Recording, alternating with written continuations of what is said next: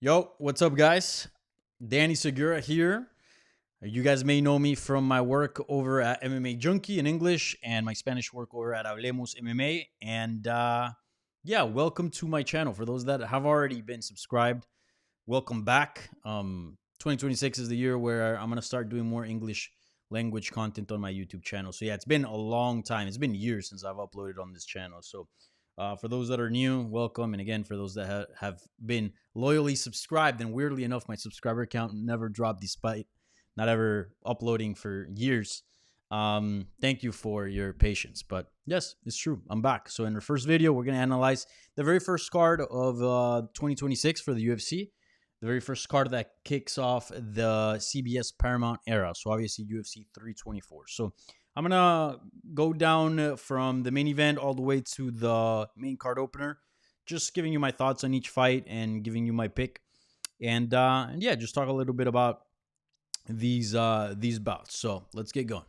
All right, so UFC 324 main event, an interim lightweight title fight between Justin Gaethje and Paddy Pimblett. A fight that on paper I think it's quite good and it's quite exciting, and I think it's a great test for both at each other's career points. However, it's a fight that's been under a lot of criticism. One, because Arman Tsarukyan is the rightful number one contender, and many wanted him, or many not, everybody all wanted him to be in this interim title fight, whether it was against Gaethje or Pimblett. And two, because it is the main event, right? And before some alterations, we had Kayla Harrison and Amanda Nunes in the co-main event of this card, which is obviously a super historic fight, maybe the greatest fight in women's MMA history, probably, certainly, arguably. And that was put in the co-main event. So those two reasons are why Gaethje Pimblett has caught a lot of heat. Obviously, now we don't have that fight anymore. Kayla Harrison had to withdraw due to injury. She had to get a surgery on her neck. Wishing her a speedy recovery. And this maintains sort of the main event. I kind of wonder if the UFC already knew that Kayla wasn't 100% and there was a possibility that fight may fall through. Because it ended up falling through. It made no sense that it was the co-main event. And, here we are, obviously a big blow for the card, but here we are still maintaining sort of that main event status. Whereas if it would have been the co-main event, Gaethje and Pimblett, main event falls, and then you got to bump an interim title fight as the main event, it would have kind of sounded a bit disastrous, right? For at least your first event on Paramount. The optics certainly would have been a lot worse than having it go this way. But anyways, near here or there. I'm not going to go into the whole Arman Tsarukyan needs to be in this fight. I think we've already talked that at nauseum, not only myself on MMA Junkie and in Spanish over at Hablemos MMA, but the whole media landscape as a whole. Everyone seems to be on board. And I mean, even the UFC rankings themselves, right, point out that Tsarukyan should have been in this spot. But anyways, all that aside, sort of the things, the negativity surrounding this fight, I think all in all is a pretty good fight. I think it's a fight that makes sense for Gaethje and where he's at in his career. And I think it makes sense for Pimblett and where he's at in his career. So I very much enjoy this matchup. And again, all other things aside, outside factors, I think this is a fine matchup. I am surprised that Gaethje enters here as a sizable underdog and Paddy Pimblett as a sizable favorite.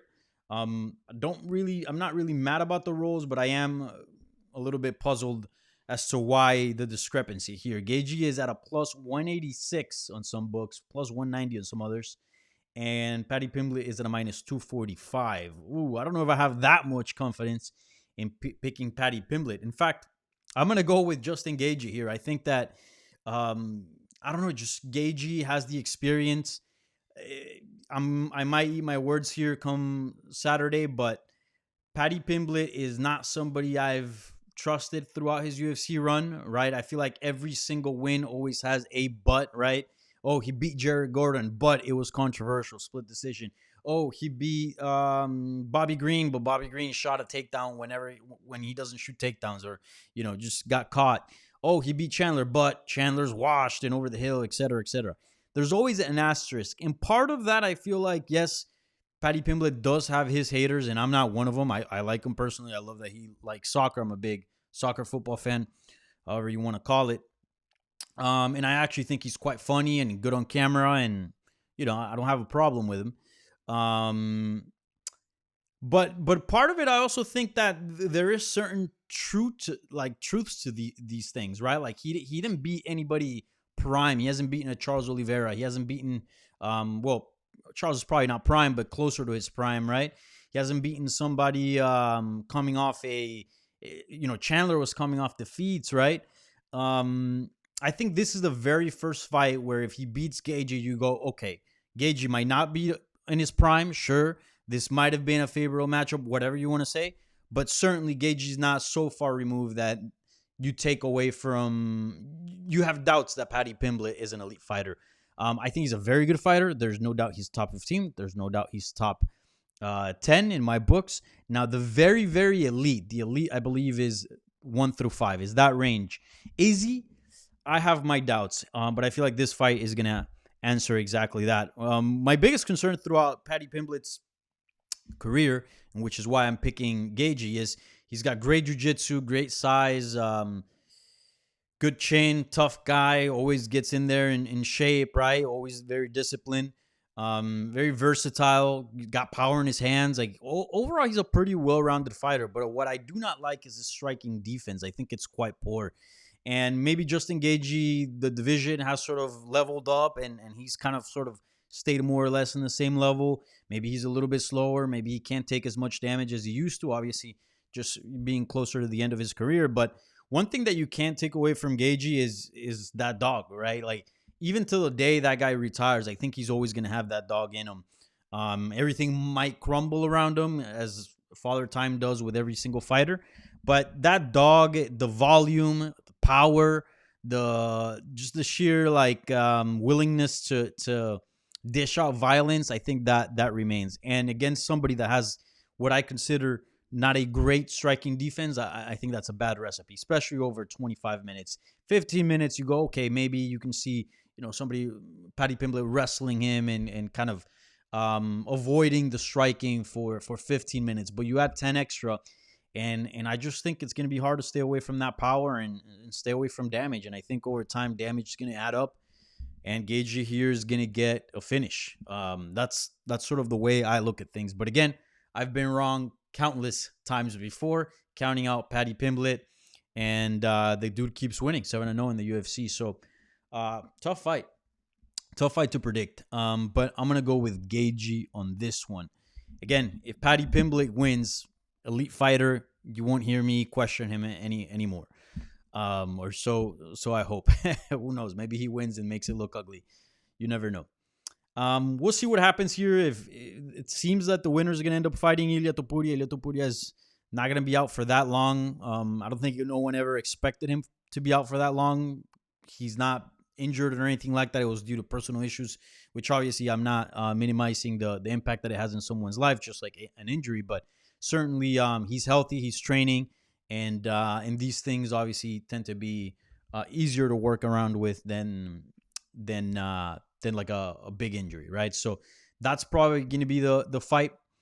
I do wonder what's going to happen with Arman Tsarukyan, if he's just going to sit out for a while, just going to do the RFAs, grappling matches. I don't know. RAF. I don't know why I keep calling RFAs. But we'll see what happens with him. Completely unfair. Dude got screwed. There's no doubt about that. But yeah, something that I've been asking myself, and I don't think the media in general has been posing this question, but I do wonder if, whether it's Gaethje or Pimblett, if they win here, if they'll surpass Arman Tsarukyan. And you might be listening to this and you might go, oh, that's bullshit. That's crazy. Number one contender, no matter what. And I generally agree with that. But I remember a time not so long ago when Francis Ngannou left the UFC as UFC heavyweight champion, and they made a belt, vacant belt fight between Ciryl Gane and John Jones. And I remember the same chatter. No matter what happens, John Jones or Ciryl Gane, they will not surpass Ngannou. You got to beat the man to beat the man. The best heavyweight out there is Ngannou. And, even in media outlets, some were referring to Ngannou as, even outside of the UFC, as the lineal heavyweight champion, which is words we only use in boxing, because boxing allows you to use these words and allows fighters to be champions regardless of wherever promoter they're with. Not in MMA, obviously, a very different structure. But then Jon Jones ended up fighting Ciryl Gane, submitted him in the first, and then the chatter completely changed. Jon Jones, the best heavyweight. Ooh, now it's a debate, this and that. And then as time went on and Ngannou didn't fight and remained inactive, then Jon Jones took over the conversation. And obviously later would come Tom Aspinall and would change the conversation once again. But Ngannou was forgotten. He was the best heavyweight on the planet a few months after vacating the belt or leaving the UFC. And that's it. And then just time did its thing and sort of got pushed out of the conversation. I wonder if that will happen with Arman Tsarukyan. Say Paddy Pimblett, which is probably the person that can deliver the biggest result, goes out there and out wrestles Gaethje, just mouths him on the ground, and then, knocks him out, kind of like Max Holloway did. I don't think that's going to happen, but you never know. And just gets a crazy knockout. The promo's perfect. Social media blows up, etc., etc. Ilia Topuria gets back at him, this and that. You fast forward a few months. What is the perception going to be around Arman Tsarukyan, especially if he's not fighting? So that's just something I want to plant there, a little seed, because get ready for it. I've seen it before. Again, I do think this situation is a little bit different, but I think there's more similarities than differences, comparing it obviously to the Jon Jones and Ngannou situation. So we'll see what happens. But again, my pick here is going to be Justin Gaethje. All right, co-main event, and these bouts I'm going to go a lot quicker. Obviously, a little less to talk about compared to the main event. But in the co-main event, we got Sean O'Malley versus Song Yadong. Sean O'Malley enters as the favorite as a minus 220, and Song Yadong as the underdog at plus 168. Man, my thoughts on this fight is O'Malley should win, right? What I'm more curious about is going to be the fallout. I think if Song Yadong wins this fight, he's 3-1 in his last 4 fights. In his last fight, he beat Henry Cejudo, but prior to that, he had lost to Peter Yan, who's currently the champion. So even if he looks impressive, I don't think a title shot will come his way. I think it'll be between Merab or Umar. I kind of take this as a little bit of an addition, right? Merab is a good option. Put it maybe like a B+. Certainly the fans wouldn't be mad if you booked that fight with Peter Yan. 1, it was a fun fight, and 2, merit-wise, he's one of the most successful champions in UFC bantamweight history. Would merit an immediate rematch, right? But it might not be the biggest thing for business, considering some other options, right? Because the Nurmagomedov name weighs a lot, and Sean O'Malley's name weighs a lot. So I think they're just going to see and wait for results. But if O'Malley wins here and gets a nice knockout, despite this being his bounce back from a 2-fight losing streak, 2 defeats to Merab in championship fights, man, just seeing what's happening in the main event, right? Like watching Paddy Pimblett compete against Gaethje and Tsarukyan literally just ready to fight and just being passed over.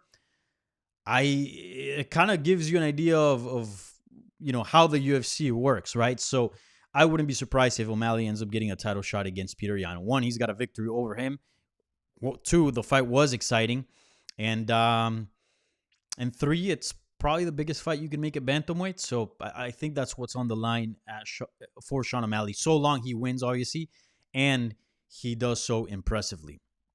But yeah, it's not an easy fight. Song Yadong is a tough dude, but I think Sean O'Malley should take it here. I don't know if he's got it to knock out Song Yadong. Song Yadong has a good chin. He's durable. I tend to think this is going to go in a decision in favor of O'Malley. But certainly for Nurmagomedov's sake, for Dvalishvili's sake, they better hope that O'Malley loses, because if he wins, I think he's going to be the front runner to get the next title shot. I think so. And again, just as there's so much to gain for O'Malley, 2-fight losing streak, and all of a sudden you can get back into another title fight. Dude, I feel like there's also a lot to lose here, right? Because he got shut down completely by Merab. In the first fight, dominated in decision, even though some say it was a little bit competitive in my eyes. I thought Merab won that pretty comfortably. And then the second one, he got submitted. Then if he gets beat here by Song Yadong, I mean, it's a different type of defeat. It's no longer a championship loss. It's no longer a loss against who not so long ago people were saying was the GOAT at 135 pounds. So he'll definitely fall fall down the ladder a lot and would have to work his way back up with multiple wins, not just one. So we'll see. But again, just as there is a lot to win for Sean O'Malley, I think there's a lot to lose as well. But my pick is going to be O'Malley. I think he gets it done. All right, now moving on to the fight that I'm looking forward to the most, Derrick Lewis versus Waldo Cortes-Acosta, Salsa Boy, or also known as El Pirata, the Pirate. This is the fight that I'm most excited for. This is a classic heavyweight matchup. If you sort of a heavyweight fight has a certain connotation that other divisions don't have. Maybe flyweight, just because it's kind of like the polar opposite, right? But more or less, like if you say middleweight, right? You can expect a barn burner. You can expect a wrestling heavy fight, a grappling heavy, striking heavy. Like there's a wide range of things you can expect from any weight class, right? But it seems like the further you get away from that middle point, say heavyweight or flyweight, and I think it's more true for heavyweight, there's a certain style that accompanies the weight class, right? And I think if you had to put a definition to what style that is that defines a heavyweight fight, Derrick Lewis versus Waldo Cortes-Acosta is a perfect example. Two guys that don't give a fuck, two guys that have power in their hands, two guys that move forward, and yeah, two guys that are scary. So I love this fight. I think it's great, and although it may seem a little bit like a step back for Waldo Cortes-Acosta, I think it's a perfect matchup for both of them at this point in their careers. I think there's a lot on the line, but it's a bit unclear. I think it'll be and will remain unclear until we find out what the hell's going on with Tom Aspinall. I'm not sure if he had a surgery or not. I know there was some comments about it, but if it's gonna prolong his return and we won't see him till closer to the third or fourth quarter of 2026, I can totally see the UFC implementing an interim title fight, and that being Ciryl Gane versus the winner of this fight. Ciryl Gane is ready to go, has been ready to go since November. So, yeah, I think it's going to come down to Tom Aspinall whether or not Lewis or Waldo Cortes-Acosta ends up getting a title shot. So we'll see what happens there. I tend to think that it will happen, especially if, the Aspinall return, it's somewhat in the future, with all these cards and trying to spice them up. It gives a perfect excuse, that'd be the better word to use here, for the UFC to implement another interim title fight, and then have an undisputed one not so long after. So, yeah, we'll see. I think a lot on the line here. The lines are pretty uneven, I would say. Derrick Lewis at a plus 240, Waldo Cortes-Acosta at minus 330. I am going with the favorite, but given that this is a heavyweight matchup, given that both guys got power, given that Derrick Lewis literally in his last fight pulled off an upset, one that I called in making my Spanish content. Dude, I think that it's not a 50-50. I do think that Waldo Cortes-Acosta is quicker. He's got better technique, better career moment, younger, more durable, better reflexes. But given the amount of power that both these guys have, I would expect the odds to be a little bit closer. Maybe with Waldo being like a minus 200 or high 100s. I don't know, certainly giving him an edge, but also acknowledging that Lewis is live to win it. So we'll see what happens. Again, this is not going to go to distance. I'd be shocked if it does. This is going to end by knockout, and I think Waldo's going to take this one. Something interesting, and I interviewed Waldo and his coach last week, his coach, and Waldo this week. I like talking to coaches a lot because they give you a certain insight that the fighters don't about themselves. It's almost as if the coach knows them more. And obviously, that sounds a bit cliche, and I hate being that cheesy, but sometimes it can be true. Like, they'll give you certain analysis that a fighter won't really give you. And in this case, that's how I felt talking to them both. Javier, his coach, was telling me how Waldo's one of the best fighters in terms of head movement and reflexes. And I invite you, go back and watch his fights. The dude, because of baseball, right? Baseball, you get a ball going 100 miles an hour, 80 miles an hour, 90 miles an hour, or whatever it is. Those guys have to have really, really good reflexes. And not only is Waldo quick, which he is, a lot of people just think he's quick, but really I would say more is that he's got good reflexes, so his reactions come a lot sooner than most people's. And obviously that's great when it comes to dodging shots, to dodging bombs. So I think he might get hit here, but I think he's going to be dodging a lot of shots. And when he does get hit, I think he's going to roll with a lot of them.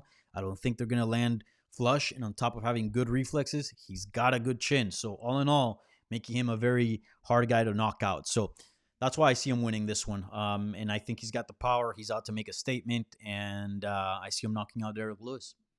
All right, moving to another contender fight, this time in the women's flyweight division. We get Natalia Silva taking this fight on short notice at a minus 440 favorite against the former champion of the strawweight division, Rose Namajunas, who enters as the underdog at plus 310. I like this fight. This is a fine fight. I did like a little better the original one. I think it would have been more action. Rose Namajunas versus Alexa Grasso. I think the boxing battle would have been spectacular. I think both ladies would feel confident in that area, and we would have been watching just a boxing class really on top of the octagon. So I did think this matchup lost a little bit, but I think it gained a little bit in terms of importance. Lost fun, but it gained a little bit in importance. Obviously, with Natalia Silva being higher ranked than Alexa Grasso and coming off a win over Alexa Grasso as well. I think Natalia Silva is going to back up a lot, use her distance, use that taekwondo, use that striking, and Rose Namajunas is going to hunt her down and look to get on the inside and land some shots. So I don't think it's going to be that fun, but still, nonetheless, it could be kind of interesting here. I'm picking Natalia Silva. I think she's a great prospect. I do think that she, for now, maybe she does have this in her arsenal, and we just don't know, or I don't know. But we've yet to see sort of plan B, plan C, right? It kind of just seems that she sticks to a certain style of fighting and doesn't deviate from that game plan, which is fine. It's been working. She's been killing it. But what happens when a fighter is able to adjust, right? And forces you, and those things are no longer working, and now you're forced to do something else. Do you have that in you, right?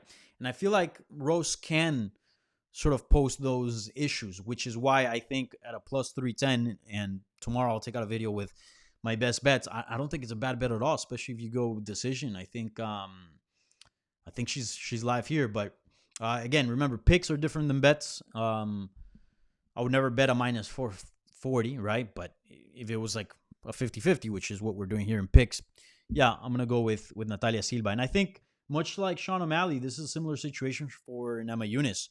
In the sense that there's a lot to gain. I think she wins here. She'll probably get a title shot against Valentina. The fight in the people are not talking about this, but I do think it's true. The fight in the co-main event falling through helped Rose Namajunas. Why? Because if we would have had a winner between Amanda Nunes and Harrison, it wouldn't be surprising if the winner there, especially if it was Harrison, called out Valentina Shevchenko. Those are the three biggest names in women's MMA. You knock out one of them, the next one is Valentina Shevchenko. So with that being said, that kind of would have held up possibly a title defense at 125, or at least prolonged it. And in this case, you almost assume that they're going to, Dana White already said it, they're going to wait for that fight. So that means Valentina Shevchenko is going to have to defend her belt in relatively soon, right?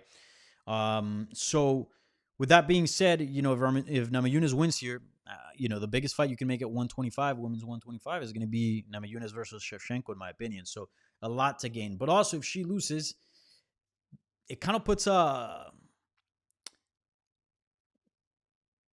kind of paints a different picture about her future at 125, because now she will be 3-3 since moving up to 125. She hasn't been nearly as dominant since moving up a weight class. Obviously, 125 not only is a heavier weight class, which makes that a difficulty, but it's also a harder weight class. I do find that there are more contenders and more technical contenders at 125 than any other division in women's MMA. So not only is she fighting heavier opposition, but better opposition as well. So we'll see what happens here. I think she's live to win this, but again, I'm going to go with Natalia Silva here. All right, last but not least, we move to the fight that's going to open up the main card. Arnold Allen entering as a underdog plus 230, and Jan Silva entering as the favorite at minus 310. This is a featherweight matchup. Man, I'm picking Arnold Allen here. I don't think there's a lot to talk about in terms of implications in the division. I think obviously there's a lot of implications for their own careers, but I don't think this is close to a title eliminator. Certainly, the winner here would be put in a good spot and certainly get a top contender fight next. But I don't even think a title eliminator bout is even on the cards here for the winner. You know, not even this not being a title eliminator. I don't even think their next one will be. A lot of people are picking John Silva. I understand why. The guy's a savage. The guy is an awesome fighter to watch. But, man, something that I don't like, and again, to each their own in terms of personality and their style and whatnot, this is not a shot at Silva because, again, as a fan, he's everything you want. A guy that doesn't care, that will put himself in harm's way to not only be successful, but be exciting. To give a good show to the fans, good on camera. Like the guy's awesome, right?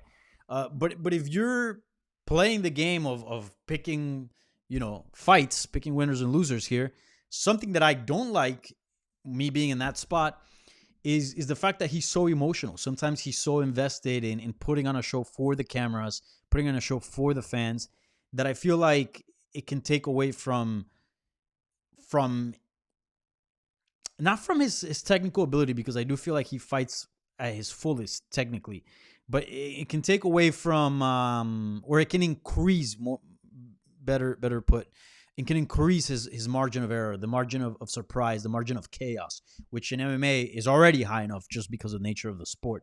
And when you got Allen, a guy that's very technical, that's also a savage himself, I think there's a lot to capitalize there. So tough fight. The odds, certainly the majority of the public, career momentum seems Silva, but I don't know. There's certain things that make me hesitant. I wouldn't bet this fight if you guys are thinking about betting it. And I kind of want to just be a bit of a hipster here and go against the world here. And I'm going to go with Arnold Allen. But yeah, fun fight. Either way, the fans are going to win here. It's going to be an exciting one. All right, well, that's it. That's all. I'm not going to go into the prelims, although the prelims are pretty good. If you have any questions about the prelims or about the card in general, I'll actually be replying them in the comments. So just drop them in the comments, and I don't mind getting in a little discussion with you guys about these fights. Excited the UFC is back. 6 weeks that were very nice, to be honest. I very much like my break from MMA. I sometimes feel like it's a bit too much every freaking weekend. But yeah, this break was nice, but it's time to get back into the violence. So very much looking forward to these fights. So again, thanks for the support. Again, I know it's been a while since I've uploaded to this channel. I'm going to start doing so more often. Hopefully you guys like this. And yeah, that's it. Like, subscribe. You already know the whole deal. Follow me on social media. And that's all. Enjoy the fights.